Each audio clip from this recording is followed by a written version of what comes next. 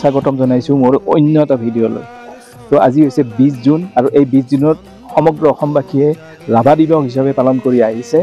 তো তেনে ক্ষেত্ৰত দক্ষিণ কামৰূপৰ কৰলা জাতীয় বিদ্যালয়তো আজি তেওঁলোকে ৰাভা দিৱসৰ আয়োজন কৰিছে আৰু তেওঁলোকে বিভিন্ন কাৰ্যসূচী লৈ পেলাই যি ৰাভা দিৱস আয়োজন কৰিব তাৰ সামগ্ৰিক পৰিৱেশটো আপোনালোকক দেখুৱাবলৈ গৈ আছোঁ এই ভিডিঅ'টোৰ জৰিয়তে।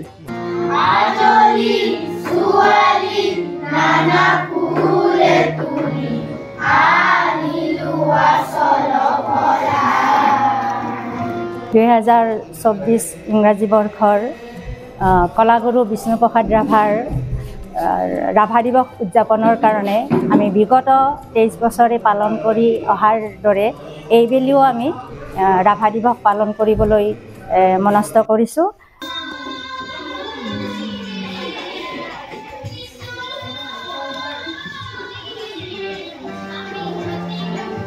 এই যে আমি অনুষ্ঠানটো আজি পাতিছোঁ তাৰ পৰা আমাৰ কি লাভ হ'ব?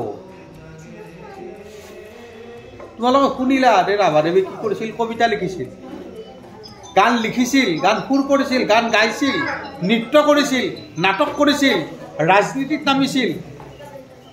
এই বিভিন্ন কথা তোমালোকে কি কৰিলা, শিকিলা আজিৰ এই অনুষ্ঠানৰ জৰিয়তে।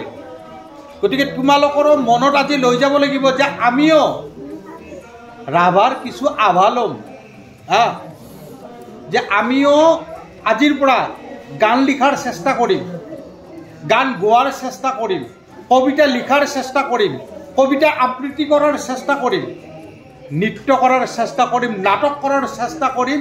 এই মনটো মনত আজিয়েই লৈ যাব লাগিব। তেতিয়াহে এই যে আমি অনুষ্ঠানটো পাতিছোঁ আমাৰ অনুষ্ঠানটো সাৰ্থক হ'ব।